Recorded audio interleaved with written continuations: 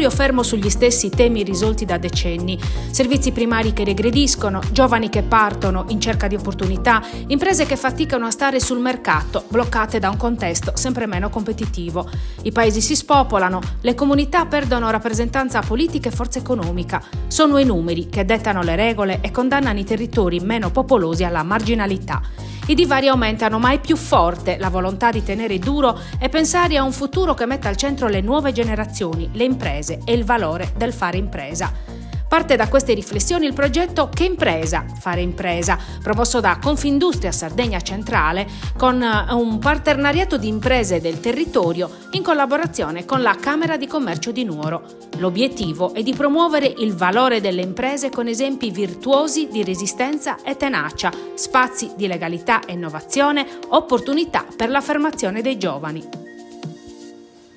Fare impresa è una cosa interessante, è una cosa che nasce dal cuore, è una cosa che ci fa credere che ancora ce la possiamo fare. Io sono figlio di una dinastia di fabbri e oggi continuo a fare il fabbro scultore, racconto il ferro a modo mio, ma credo che sia un dono, un regalo, credere e poter pensare che dal nulla si possa creare ancora tanto. È normale che oggi le cose siano cambiate e automaticamente quello che facevi ieri lo devi riproporre con una chiave nuova. Bisogna soprattutto essere al passo coi tempi, bisogna rinnovare, bisogna fare sicuramente sperimentazione, ma soprattutto bisogna fare ricerca. È quello che a volte manca e bisogna prendere tutto quello di buono che c'era in passato e raccontarlo con un linguaggio nuovo. Sicuramente quel linguaggio che ieri poteva essere poco attuale, oggi è veramente la gente ha bisogno di cose che profumano di passato, ma con un linguaggio moderno. Diciamo che abbiamo seri problemi rispetto ad altri territori, logistici innanzitutto, infrastrutturali, per cui tutto ciò che si produce qua, tutta l'impresa che si fa qua poi va portata fuori da questo territorio, incontrando sicuramente queste grossissime difficoltà. Noi abbiamo la fortuna di produrre un prodotto molto particolare. Il Curugionis è un prodotto, lo dico sempre, è un prodotto che si vende da solo, è un prodotto che incuriosisce tanto, è molto richiesto dal mercato, quindi da quel punto di vista siamo molto aiutati, diciamo, dal prodotto stesso. Abbiamo da poco le Cevasa IGP di Sardegna, che speriamo che possa ripetere lo stesso successo dei Curugioni e quindi aiutarci nella commercializzazione di questo prodotto. Sono Anna Scancella, figlia del cavalier Vincenzo Scancella, che è stato il pioniere nell'apertura dei giacimenti qui a Rosei. Si usano le tecnologie più moderne, abbiamo personale altamente specializzato, è un'azienda modello e anche un'azienda green. Abbiamo fatto investimenti su pannelli solari.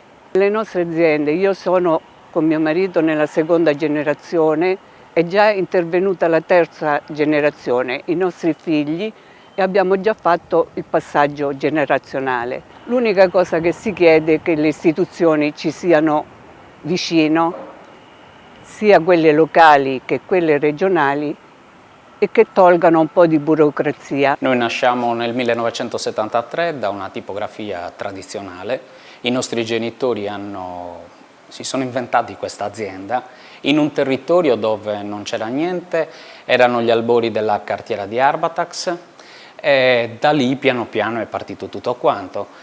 La passione e il coraggio è alla base del nostro lavoro quotidiano. I nostri genitori ci hanno messo nel nostro sangue l'inchiostro e con tantissimo studio, dedizione e moltissimo coraggio portiamo avanti questo bellissimo progetto da 50 anni. Anno dopo anno non si finisce mai di imparare, di studiare, molta dedizione per il nostro lavoro e per quello che facciamo quotidianamente. Oggi la nostra azienda intanto si è trasformata in 4.0 e si è trasformata dalla classica tipografia in una tipografia molto avanzata. L'impresa in Sardegna sicuramente è difficile perché insomma, non c'è molto, per cui bisogna stringere i denti e andare avanti. Però c'è anche il bello di un posto dove viviamo che sicuramente aiuta molto a sopperire a tante mancanze che non ci sono qui da noi. Che io sono tornata qua solamente perché avevo un'impresa di famiglia storica, non volevo mandare e buttare all'aria tutto il lavoro che hanno fatto i miei genitori. Il fatto di studiare fuori o comunque di avere delle opportunità anche di lavoro all'estero sicuramente aiuta per poi riportarle appunto in questo territorio, per avere la mente appunto molto più aperta. Certo è che non ci aiuta il fatto che siamo tagliati fuori completamente durante il periodo invernale da tutto quello che sono i mezzi di trasporto, siamo veramente limitati, per cui secondo me una delle tante ragioni che i ragazzi non tornano, a parte la penuria di lavoro che purtroppo c'è, è anche il fatto che riuscire a muoversi è diventato sempre più complicato qua in Sardegna.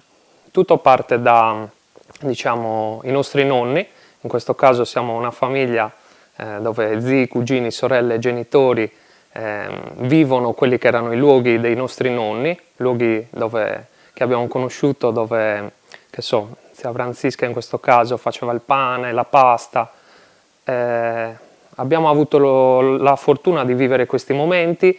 Per una generazione purtroppo li abbiamo interrotti per via di tutta una serie di cose, ed è un piacere poterli aver ripreso, insomma, in tal senso. Soprattutto quello che cerchiamo di comunicare noi è quell'atmosfera familiare, quindi quella lentezza che solo un borgo medievale di 12 abitanti ti può dare. Questo unito alla gastronomia, quindi chiudere il cerchio con quest'ambiente, con appunto dei prodotti di qualità che tu stesso vai e tocchi con mano. In tal senso questo è un valore aggiunto che ci preme appunto comunicare. Che impresa fare impresa? Devo dire che come diciamo, esercente nel Nuorese la ritengo proprio un'impresa titanica, nel senso che Nuoro è una città fortemente in difficoltà, e a questo si aggiunge il fatto che da un punto di vista dei trasporti e della logistica abbiamo tantissime difficoltà, che sono poi le stesse che ci portiamo dietro da quando mio padre ha iniziato negli anni 60 la sua attività, e queste cose purtroppo non sono mai migliorate. In più una burocrazia tutta italiana, anche particolarmente pesante, e una tassazione importante per un territorio così massacrato dall'assenza di lavoro e dalle difficoltà. In questo contesto fare impresa, oltre che rendere onore alla fatica e all'impegno della mia famiglia, che da anni e anche da generazioni, visto che noi siamo la seconda generazione, sta qua, fare impresa è sicuramente un sacrificio, è sicuramente coraggioso, e noi abbiamo deciso di ricominciare dalle persone, quindi dai nostri collaboratori che sono preziosissimi per noi, e dalle persone che sono i nostri clienti, che sono la nostra risorsa principale. Fare impresa in Sardegna sicuramente è una bella sfida, però bisogna capire come operare, cioè riuscendo a superare quelli che sono i confini naturali, che sono quelli del mare, guardare oltre, soprattutto per la parte commerciale. L'uso delle tecnologie come internet aiuta come in nessun'altra regione d'Italia, proprio perché la Sardegna al mare, e quindi riuscendo a superare il confine si riesce, diciamo, a espandere la propria voce oltre. E poi il fatto dei prodotti tradizionali che sono molto numerosi e molto apprezzati, uniti appunto all'innovazione dei nuovi sistemi di produzione. Prima erano soprattutto clienti a meno di 50 km dalla mia attività, adesso comunque sto vedendo che riuscendo a espandere la propria voce, a dare il messaggio più in là tramite i social, tramite comunque la presenza su internet, ci sono molti che li acquistano anche fuori Sardegna, quindi si può dire che sono molto apprezzati, ma soprattutto fuori dai confini sardi. E questo, diciamo, riuscire a prendere questa fetta di persone è la bella sfida.